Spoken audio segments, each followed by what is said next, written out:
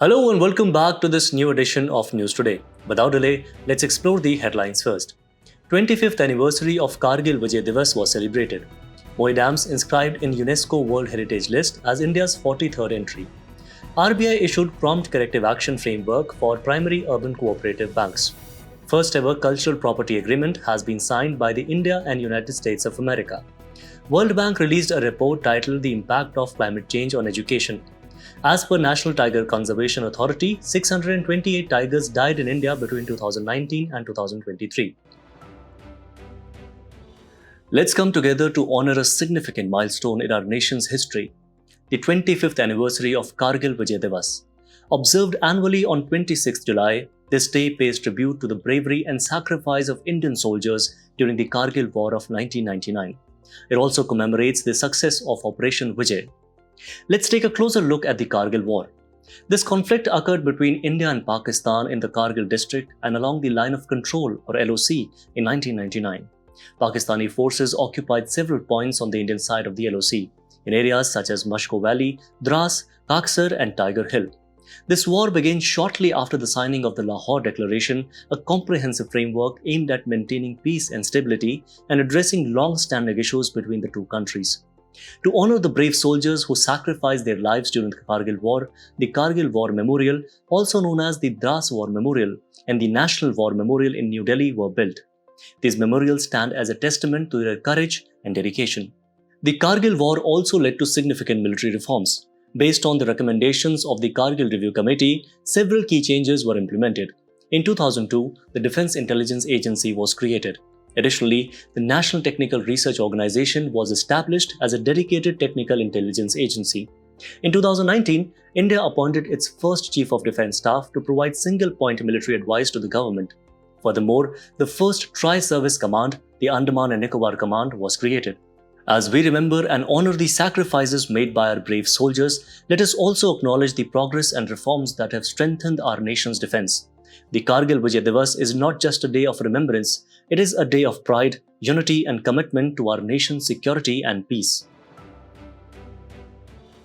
Next, we have some exciting news to share. Moidams have been inscribed in the UNESCO World Heritage List as India's 43rd entry. This announcement was made during the ongoing 46th session of the World Heritage Committee in New Delhi. It's a proud moment for India, especially since this is the first time we are hosting this session since joining UNESCO's World Heritage Convention in 1972. Let's dive deeper into what makes this so special. After Kaziranga and Manas National Parks, Moidams are Assam's third World Heritage Site and its first in the cultural category. Did you know that India now stands at the 6th position globally for the most number of World Heritage properties? Quite an achievement, isn't it? Now let's talk about the Ahom Moidams. These are situated in Assam's Cheradeo district and serve as the burial grounds for the rulers of Ahom Kingdom. They are often compared to the pyramids of Egypt due to their grandeur and historical significance. In the 13th century, Chaolung Sukafa, the founder of Ahom Kingdom, established his first capital at Cheradeo at the foothill of the Patkai Hills. The architectural features of the Moidams are fascinating. The exterior of a Moidam is hemispherical, and their sizes vary depending on the power and status of the person buried. Each Moidam consists of three major features: a vaulted chamber with a centrally raised platform where the body was laid, a hemispherical earthen mound covering the chamber with a brick structure called chauchali, and an octagonal boundary wall around the mound's base with an arched gateway on its west. Now let's take a moment to understand what UNESCO World Heritage Sites are. These are places of outstanding cultural or natural importance that have universal value to humanity. They are designated by UNESCO under the World Heritage Convention of 1972. To be included on the World Heritage List, sites must be of outstanding universal value and meet at least one of 10 selection criteria. In conclusion, the inscription of Moidams as World Heritage Site not only honors the rich history and culture of Assam, but also highlights India's commitment to preserving and promoting its diverse heritage.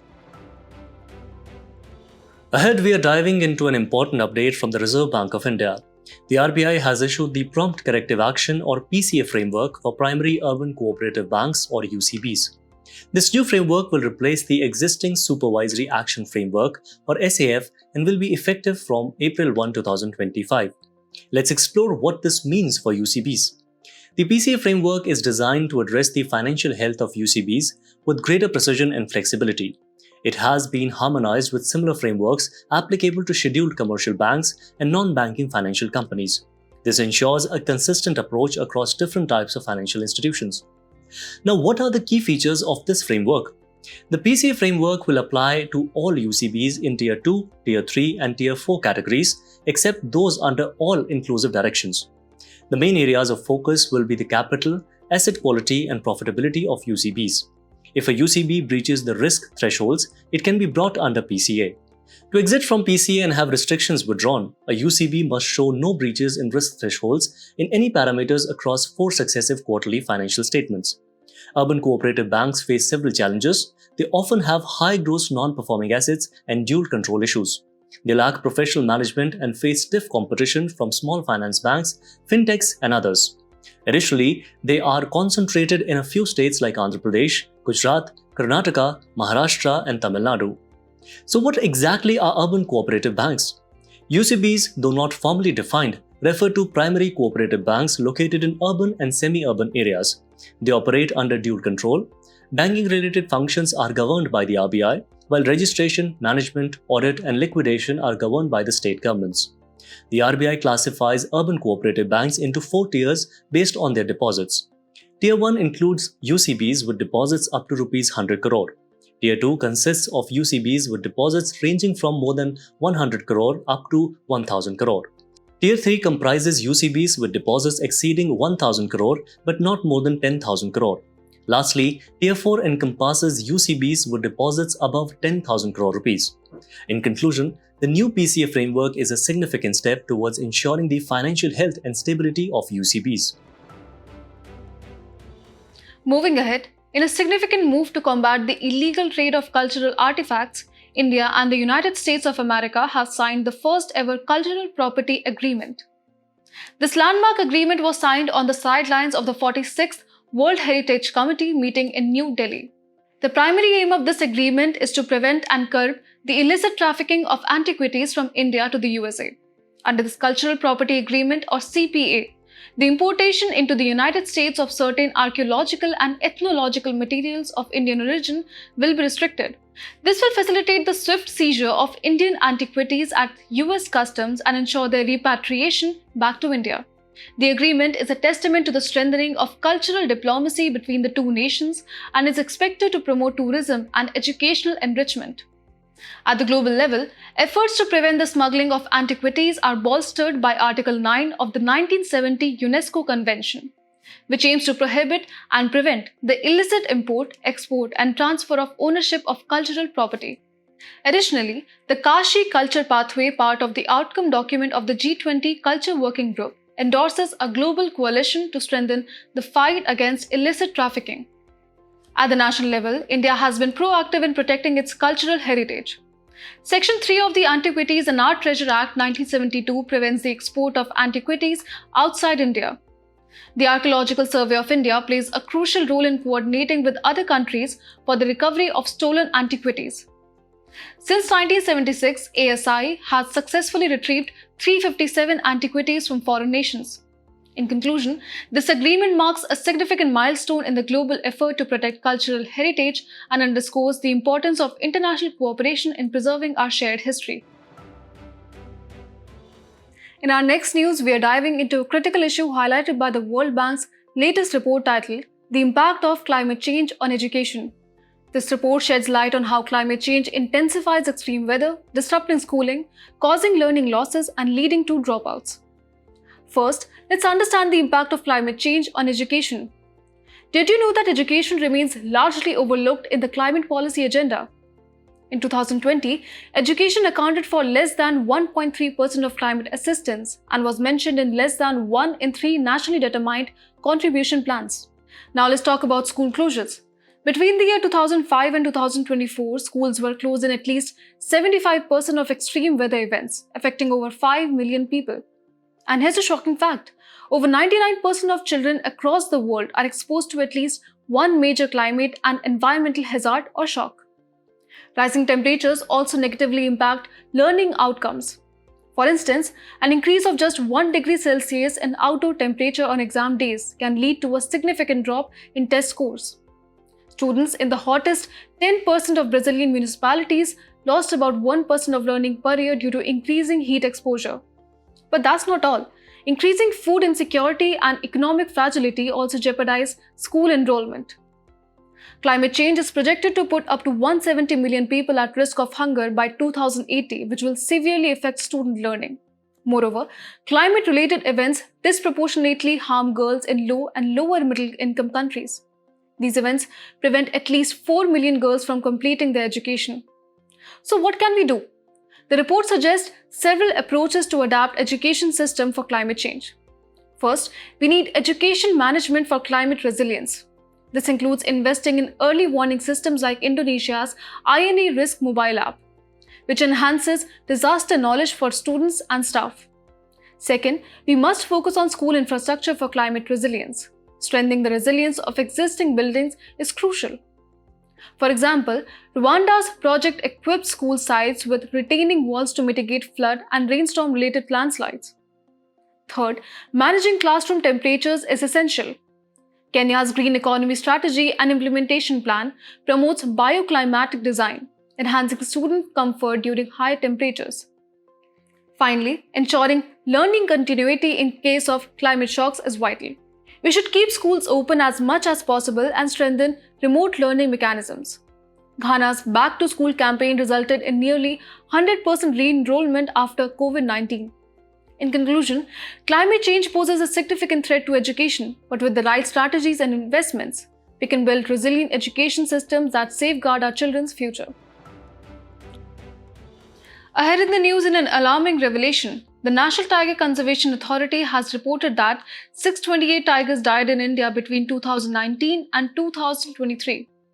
The data shows that over half of these deaths, that is 53.2%, occurred within tiger reserves, while nearly one-third, that is 35.22%, took place outside the boundaries of these reserves during 2012 to 2022. The number of tiger deaths in 2023 alone stands at a distressing 178, the highest since 2012. During this period, Madhya Pradesh, particularly the Bandhavgarh Tiger Reserve, reported the highest number of tiger deaths. The Indian tiger, also known as the Panthera tigris or Royal Bengal tiger, is a flagship species of India and has been declared the national animal of India. According to the All India Tiger Estimation of 2022, the average population of tigers in the country is 3,682. India is home to 75% of the world's wild tiger population, with tigers also found in Nepal, Bhutan, and Bangladesh. Within India, Madhya Pradesh has the highest number of tigers, followed by Karnataka and Uttarakhand. The Indian tiger inhabits diverse regions such as the Shivalik Gangetic Plains, Central India and the Eastern Ghats, the Western Ghats, the Northeastern Hills and the Brahmaputra floodplains and the Sundarbans. Tigers are solitary, mostly nocturnal and territorial animals with the territory of an adult male encompassing the territories of 2 to 7 females. Each tiger's tribe are unique, similar to human fingerprints. However, tigers face significant threats, including habitat loss, depletion of prey species, hunting, poaching, illegal trade, and conflicts with humans. The conservation status of tigers include their protection under Schedule 1 of the Wildlife Protection Act 1972, their classification as endangered on the IUCN Red List, and their listing to Appendix 1 of CITES. India has implemented several conservation measures to protect tigers. Project Tiger, initiated in 1973, is a centrally sponsored scheme for the in-situ conservation of tigers within tiger reserves.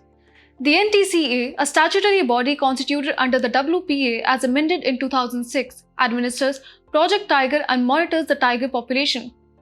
The AIM Stripes, or Monitoring System for Tigers' Intensive Protection and Ecological Status, is a digital monitoring system designed for more effective patrolling and data collection.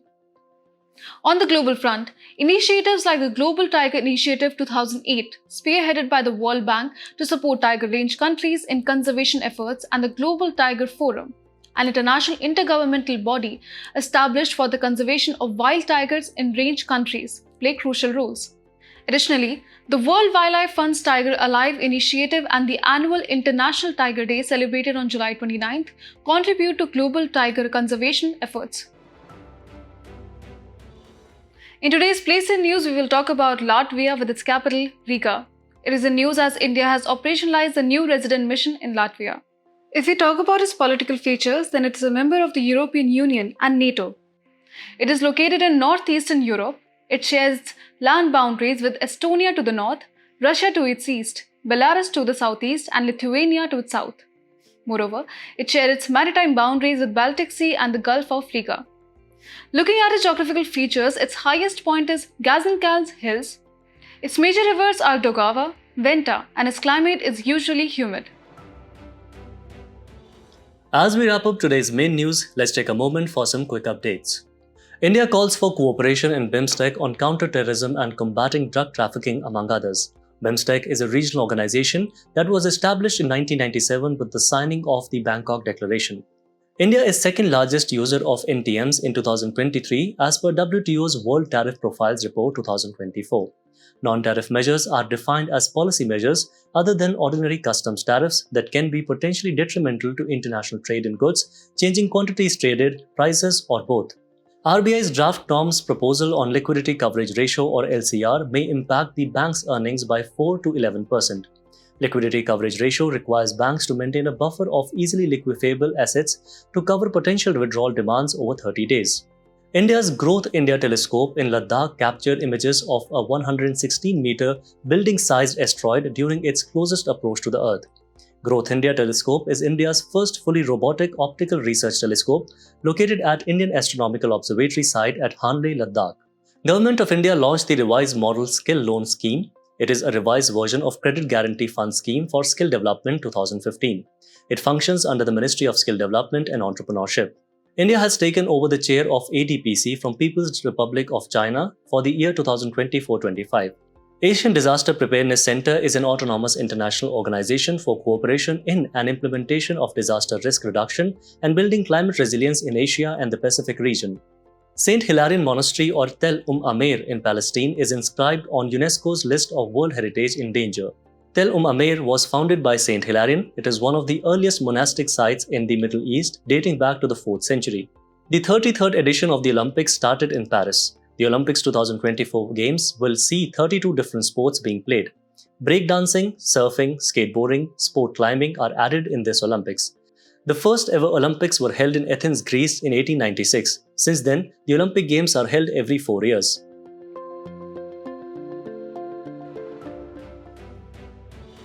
Before we conclude today's bulletin, let's test your knowledge in our segment Test Your Learning.